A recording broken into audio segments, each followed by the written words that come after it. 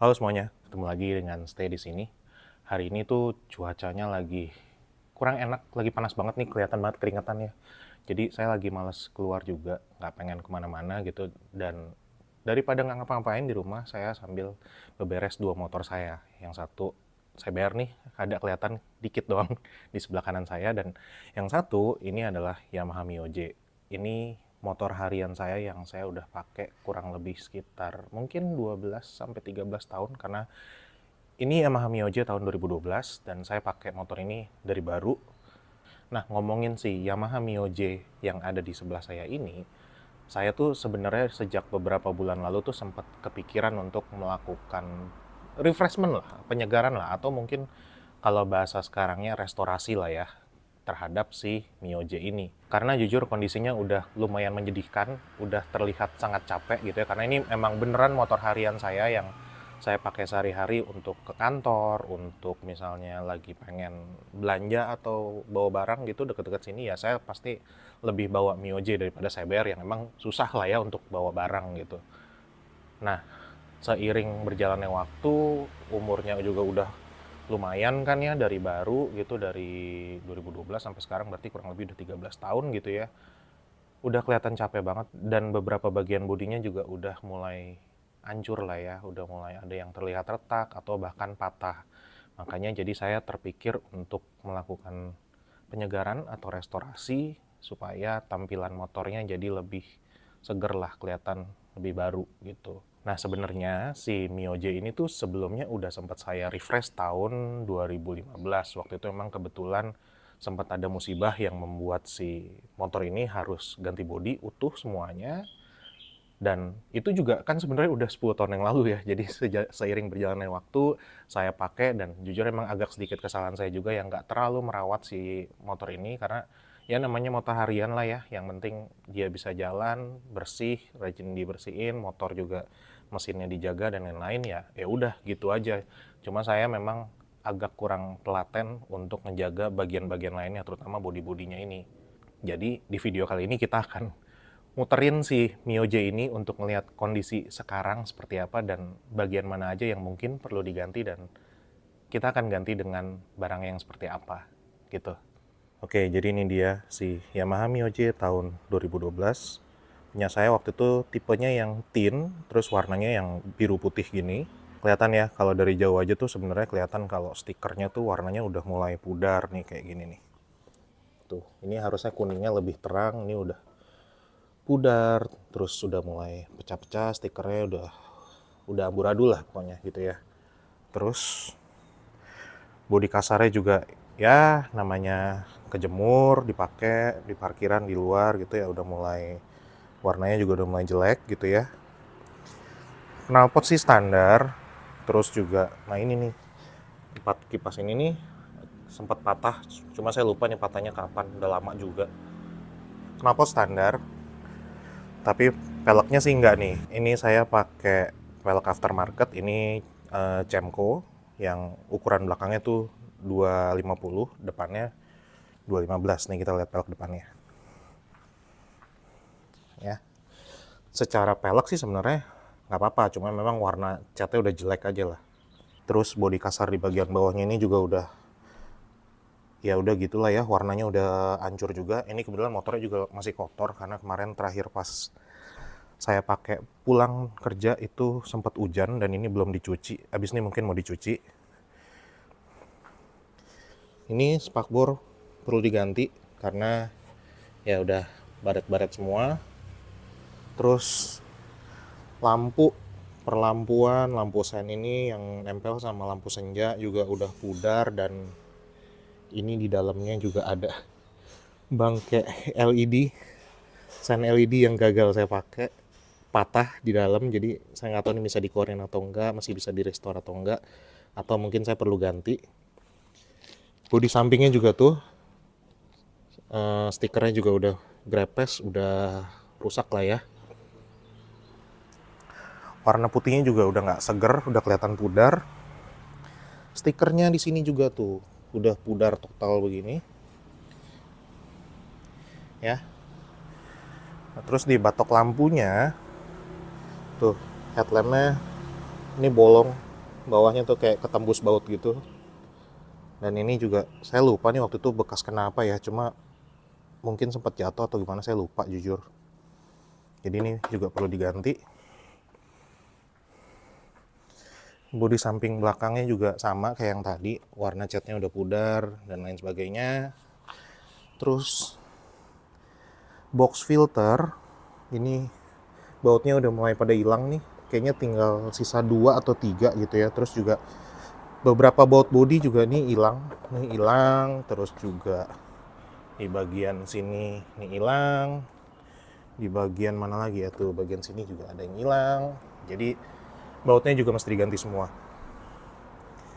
Jok ini udah sempat ganti kulitnya waktu itu, cuma ya ini udah mulai bolong-bolong juga nih karena dicakar kucing waktu di rumah sebelumnya. Terus juga beberapa bodi ya, biasalah ini udah mulai nggak rapet tuh ya. Dan sebenarnya pemicu yang membuat saya untuk pengen restorasi motor ini adalah ini nih teman-teman. Patah, ini tiba-tiba patah. Jadi sejak beberapa bulan lalu tuh saya emang udah sempat ngelihat ada retak nih di bodinya. Waktu itu bodi bagian sini tuh masih ada, cuma udah retak aja. Dan saya pikir waktu itu ya udahlah ya, retak biasa aja, belum terlalu mengganggu. Sampai sewaktu ketika pas lagi saya jalan, saya juga nggak sadar waktu saya sampai parkiran udah begini nih kondisinya, toto hilang lah. Mungkin akhirnya patah karena ngehajar lubang atau gimana ya, tapi intinya ini udah hilang lah, udah nggak bisa dipakai untuk megang lampu rem belakang. Nah, karena dia udah nggak bisa megang lagi, ini saya jujur agak takut nih kalau misalnya pas lagi di jalan terus kena lubang lagi, apakah lampunya lama-lama juga bisa lepas gitu, hilang, jatuh di jalan atau gimana. Jadi ini yang bagian yang paling urgent yang perlu saya ganti duluan nih sebenarnya. Terus sama satu lagi tuh di bagian bawah sini, ini di cover CVT-nya juga nggak tahu kenapa nih somplak nih, pecah, nggak tahu kenapa. Jadi mesti ganti utuh satu tutup gini ya. Oh ya, kelupaan teman-teman. Di bagian kokpit sebenarnya relatif aman ya, cuma memang di saklarnya udah pudar ya, kejemur namanya juga. Dan ini saya masih pakai saklar yang ada switch untuk hidupin matiin lampunya. Terus di kiri juga ya udah pudar juga. Spion sebenarnya masih relatif aman walaupun ya warnanya juga udah jelek. Cuma yang kanan nih ada karat sih, jadi kayaknya mungkin sebaiknya diganti juga. Nah, motor ini tuh sepanjang perjalanan saya make dari baru itu saya udah make nih segini teman-teman, 49.560. Ini sebentar lagi juga udah mau ganti oli, udah begitu masuk 50.000 saya udah mesti ganti oli. Cuma nggak cuma sekedar 49.500 ya teman-teman, ini karena udah pernah balik lagi ke nol, jadi artinya saya udah make lebih dari 100.000, tepatnya 149.000. Dan sejauh ini sih aman-aman aja, kuat-kuat aja. Mesinnya juga nggak pernah bermasalah karena saya juga selalu jaga olinya. Jadi ini saya sayang banget sih sama motor ini. Oke, jadi gitu teman-teman, tampilannya ya menyedihkan lah ya. Udah kelihatan capek banget karena bodinya hancur sana sini, udah lusuh, udah pudar, udah benar-benar butuh untuk disegerin lagi. Jadi mungkin akhirnya tiba waktunya buat saya untuk memulai tahapan penyegaran atau restorasi si Mio J ini. Cuma memang saya belum tahu mau mulainya dari mana, mulainya kapan, dan apa aja yang harus saya beli. Itu saya masih pikirin. Mungkin kalau teman-teman yang pernah punya pengalaman untuk restorasi Mio J atau motor apapun lah ya, boleh infoin ke saya, kasih tahu saya sebaiknya mulainya dari mana dulu. Karena kalau teman-teman lihat dari tadi tuh sebenarnya bodinya aja sih yang relatif udah kacau balau lah. Sementara kalau mesinnya relatif sehat, relatif aman karena saya masih rutin ganti oli setiap 2000 kilo, terus juga CVT juga olinya rajin diganti dan lain sebagainya. Jadi kalau dari aspek mesin sebenarnya nggak ada masalah gitu. Cuma kalau misalnya emang mesinnya juga perlu untuk dilihat lagi, untuk diperbaiki lagi, ya nggak menutup kemungkinan juga saya akan menyentuh bagian mesinnya juga. Cuma mungkin kalau dibandingin sama proses restorasi yang lain gitu ya, yang Saya juga udah sempat nontonin beberapa video restorasi yang dilakukan sama orang lain gitu. Tantangan yang mungkin akan sedikit membatasi ruang gerak saya dalam restorasi sini aja itu adalah, satu, motor ini masih dipakai harian, karena ya saya kerja itu masih bawa motor ini. Karena bawa CBR itu sebenarnya bisa, cuma nggak praktikal untuk sehari-hari, macet, panas, dan lain sebagainya. Dan saya juga kadang kalau pas ke kantor itu bawa barang yang ukurannya lumayan gede, jadi nggak praktikal lah kalau pakai CBR. Jadi saya lebih suka bawa Mio.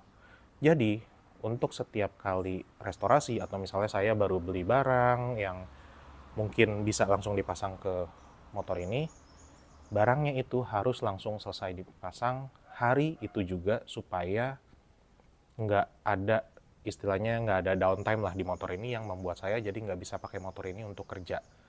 Itu tantangannya. Jadi kalau kayak gitu mungkin saya cuma bisa ngerjain motor ini di weekend, dan saya nggak bisa ninggalin motor ini masuk ke bengkel gitu misalnya dan diinepin beberapa hari atau beberapa minggu untuk direstorasi. Itu nggak mungkin, karena ya motor saya untuk hari-hari ya ini gitu. Jadi kemungkinan saya harus ngerjain semuanya sendiri, atau mungkin kalau misalnya harus dibawa ke bengkel pun itu harus selesai hari itu juga gitu. Jadi nggak bisa dibawa nginep beberapa hari gitu ya.